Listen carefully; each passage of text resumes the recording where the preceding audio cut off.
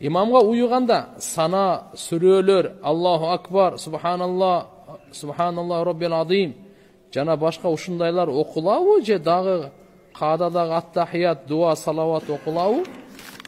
Мындай. Биринчи такбир тугандар Аллаху акбар бар го, бул фарз. Имамга ыктыда кылып атканда мындай да кылып тура бербең. Кол көтөрбөй деле сиз Аллаху акбар десеңиз, намазыңыз башталып кетет. Бирок кол көтөрдүңүз, Аллаху акбар деп айткан жоксуз, сиз намаздын ичинде эмессиз. Сыртында эле жөн эле турасыз да. Намаздын ичине кириши үчүн сиз сөзсүз тилиңиз менен Аллаху акбар. Бул жерде эмне үчүн адашып атат? Жалгыз окуганда Аллаху акбар дейт.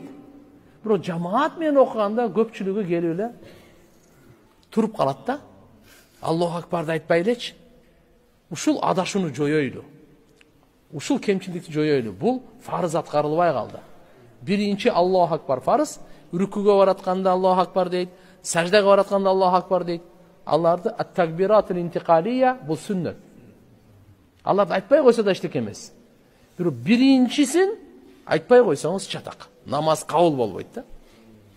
Макулбу? Бул биринчи Аллаху акбарды айтасыз. Аллаху акбарды ниет кылдыңыз, ниет кылгандан кийин эле Аллаху акбар. Аллаху акбар деп анан ниет кылсаңыз болбой калат. Ниет, анан Аллаху акбар.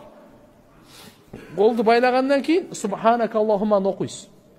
Субханака Аллахумма ва бихамдик ва табарак асмук ва таала жаддук ва ла илаха гайрук. Буну окуйсуз. Аузу бисмиллахны окуйсуз. Гайрук деп койдуңуз да, кол байладыңыз, турасыз, унчукпай болду. Нар жагы имам окуй берет. Рүкүгө Аллаху акбар дегенде ичиңизден Аллаху акбар дейсиз. Бул сүннөттү айттым. Субхана роббил азим деп айтат имам өзүнчө, сиз да аны айтасыз. Имам сами Аллаху лиман хамида дегенде сиз роббана лакал хамд айтасыз. Эгерде жалгыз окусаңыз, экөөнү тең айтат элеңиз. Биздин мазхабта азыр сами Аллаху лиман хамида мен роббана лакал хамд имам менен аркасында муктадинин вазифасы бөлүнөт. Түшүндүңүзбү? Сами Аллаху лиман хамида бул имамды айтат. Роббана лакал хамд деп ким айтат экен? Ыктыда кылгандар айтат. Имам сами Аллаху лиман хамида айтат. Роббана лакал хамд имам айтпайт. Биз сами Аллаху лиман хамидан айтпайбыз, роббана лакал хамд айтабыз. Түшүндүңүзбү? Андан кийин саждага кеткен Аллаху акбар, ичибизден Аллаху акбар дейбиз. Саждага субхана роббил а'ла аны айтабыз. Үчөөнү айтабыз, экинчи саждада үчөөнү айтабыз. Ат-тахиятта отурганда ат-тахият окуйбуз. Бирок Фатиха окубайбыз, зам сүрө окубайбыз.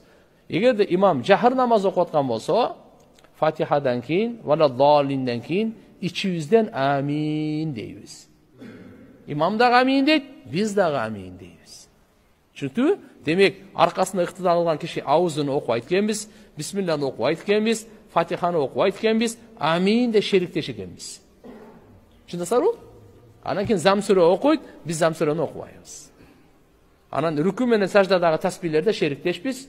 Анан кийин ат-тахиятта аны да окуйбуз. Түшүнүктүү да?